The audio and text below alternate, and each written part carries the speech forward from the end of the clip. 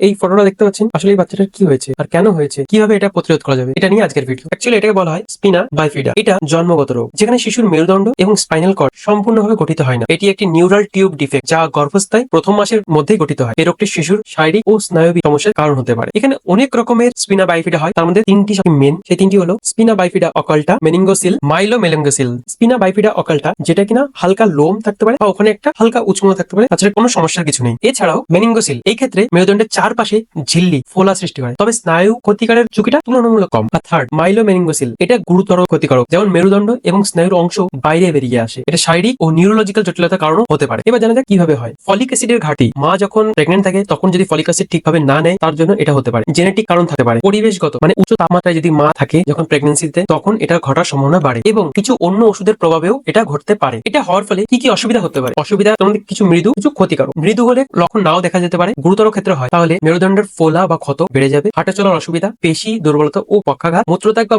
মলত্যাগের নিয়ন্ত্রণের সমস্যা হবে, এবং হাইড্রোসেফালাস হতে পারে। অ্যাকচুয়ালি হাইড্রোসেফালাস হচ্ছে ব্রেনের মধ্যে অতিরিক্ত জল জমে যাওয়া বা তরল জমে যাওয়া। তাহলে কিভাবে জানা যাবে যে কোনো বাচ্চার আছে কি নেই? টেস্ট করাতে হবে, যেমন অ্যামনিওসেন্টেসিস, মানে যে প্রেগনেন্ট অবস্থায় ভিতরে যে তরলটা থাকে সেই তরলটা বের করে নিয়ে এসে টেস্ট করলেও জানা যাবে। দ্বিতীয়ত আল্ট্রাসাউন্ডের মাধ্যমে জানা যাবে, এবং একদম সঠিক জানার জন্য এএফটি করাতে হবে, আলফা ফিটোপ্রোটিন টেস্ট। এই টেস্ট তিনটের মাধ্যমে জানা যাবে। ভিডিওটা একটু ভালো লাগলে আগে অবধি শেয়ার করে দেবেন, আর যদি ভালো না লাগে তবুও বলবেন কমেন্টে।